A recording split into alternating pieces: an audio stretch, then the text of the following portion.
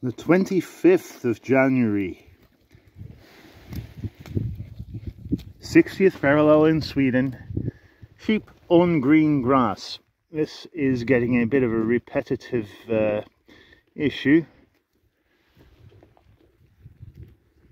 but I keep coming back to it because it is so amazing. There should be a lot of snow here. As you can see, there's just a tiny remnant of the 5 centimeters that was here yesterday. Now we're back to thawing. It thawed very quickly. It's maybe about 5 degrees Celsius now, so well above freezing. So very suboptimal for the preservation of green grass underneath the snow if there is no snow, and as soon as it starts to melt and the frozen grass starts to thaw, it will start going brown. So the main point I'm showing here is a positive surprise for me, that there is so much green in this new part. We've moved to this part only minutes ago. The snow has only melted away last night, but all this green is still underneath it, and you can see that there are some plants here which have turned brown mostly, but there is some clover left. There are different kinds of grasses which are still very green. Amazingly, compared to some other parts in the grazing where a few weeks ago I saw maybe about 50% of the upright plants still green and the rest turning brown yellow, here I would say it's well over 80, maybe in certain places even 90%. Say overall, now that I'm looking around, between 70 and 90%. That is a lot. That is a lot of good food for these animals. So planned grazing has made me pull out the sheep of this whole grazing area, the whole winter area, in August at the latest. So because I'm cycling the sheep through the grazing, it's very different. So in some parts had not been grazed since May, other parts not since early August. Also that the grass could recover fully and be preserved by the snow for the winter grazing. So this particular area had not been grazed since August actually. So all the green that you see here has regrown since then and has since gone through winter and has survived this well. Pretty pleased with that.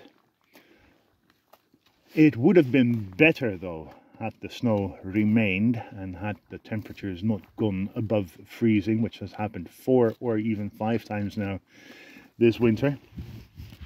Because every time it thaws you lose quality and eventually quantity as well. As it browns and yellows, it becomes basically not quite inedible, but they will not take that. Hello, Ronja. They will not take that. If there's a mouthful of yellow stuff, they will tend to leave it and look for something better. So you lose quantity as well. But this is what is still there under these extremely suboptimal circumstances this winter, which we can hardly call a winter, I would say. There is still a lot of grass available to the sheep because of this holistic planning. That is worth a lot. I have been feeding hay off and on almost the whole winter.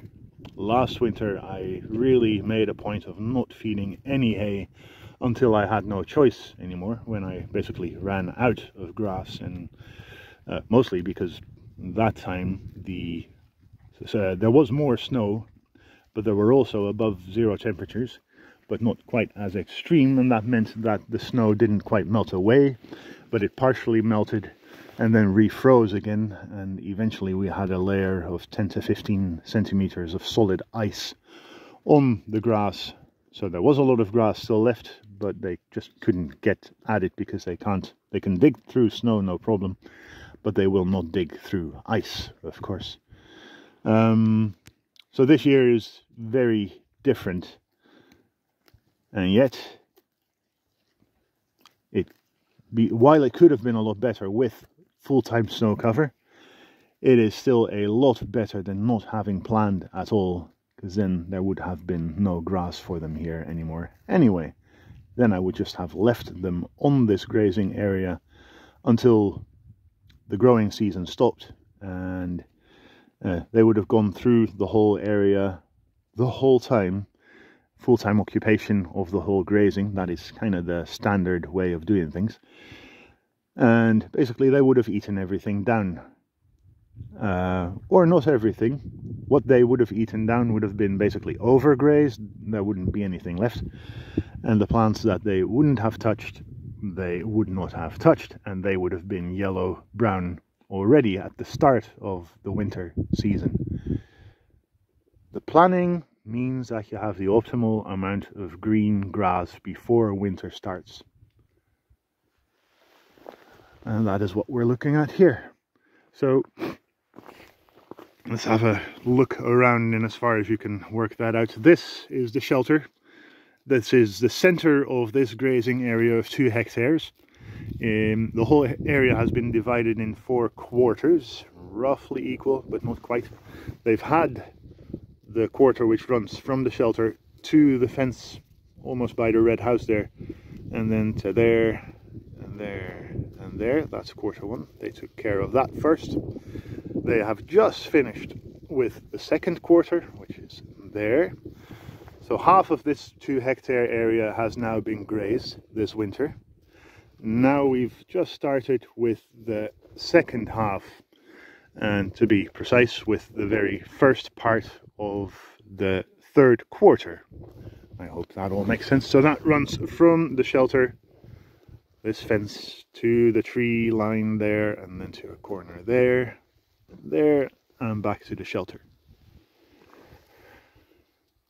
So half of 2 hectares left, and it is not the half with the best growth of grass. So it's probably not going to feed them as long as the first half did, but let me do a quick calculation. It is made up out of, at the moment, 16 paddocks per quarter, so it's 32 paddocks. I reckon that should last them 1.5 months. So by that time we're in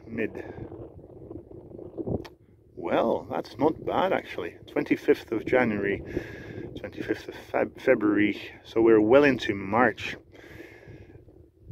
If we're lucky and do not get that ice formation that we had last winter, and they can actually keep grazing until all the grass is gone, I may have to feed them hay almost 100%. Yeah, that depends on when the growing season starts again, of course, but that will be a month perhaps. In a bad case, 1.5 months. That is only half the time that I had to feed them hay last year, so that is pretty good.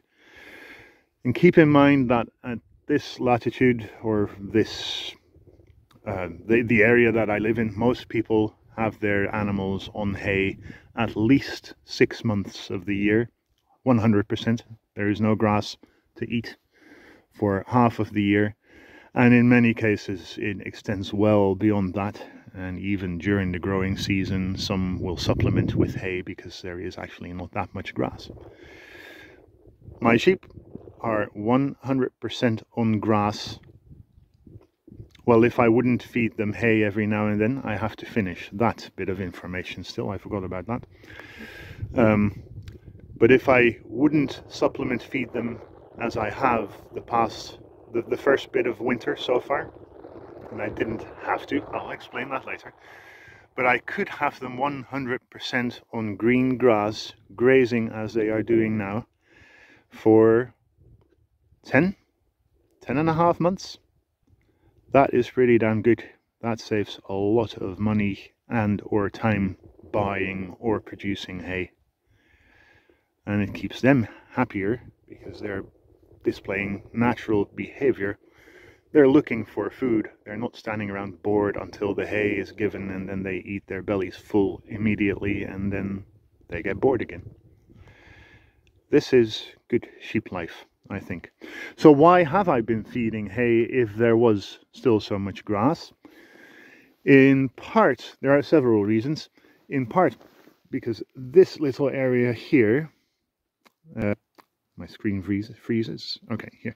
This little area here in the second quarter, the quarter that they've just finished, has very poor grass growth throughout the year. Also at the height of the growing season, there is very little growth there. Not knowing the history of this place so well, we've only been here 7 years and only have been grazing it for 3 years now. I don't really know why that is, but I'm trying to make things better. Now, if I would let the sheep graze the grass as it is, they wouldn't find much there, and so then they would only stay there for a very short time. That means that they would only drop very little manure and urine there, and saliva while they graze. Saliva contains growth hormones for plants, and so that little area would get a very small boost in growth potential only. So if I feed grass or hay there, if I feed hay there in winter, which I've done for 3 days, the past 3 days, 3.5 even, I've fed them hay only on that area. So I bring in a big tarp of hay and then I spread it out over that area. For one, that will bring down the manure and the urine while they're grazing there. They drop all that in that area where I want them to drop it. The grass, or again, the hay that they don't eat, remains behind as mulch. And there is almost always quite a bit of seed in the hay as well. That gets dropped there too. So you get 3 benefits of feeding hay in that area. Even though I wouldn't have needed it to keep the sheep fed, I think that is a good reason. Another reason is to give the sheep a bit of a boost in nutrients, because in certain areas that they've grazed so far, there was a lot of grass, but as I said earlier, some of it had started turning brown and yellow, so there was about 50% green left. So that means that they can get their bellies full, but it is not optimal in nutrients. So high quality hay added to their diet in that case helps keep them a bit healthier. That is another reason. All in all, conclusion is that holistically planned grazing at this latitude in this kind of climate works very well, and even under very suboptimal circumstances. I can't stress that enough. This is a winter that you really do not want to see, where it freezes and thaws completely, repeatedly, because every time that happens you lose quantity and quality. But it is a lot better than grazing down your whole grazing by autumn and then have nothing left and be completely dependent on hay. That is it for today. Thanks for listening. Cheers.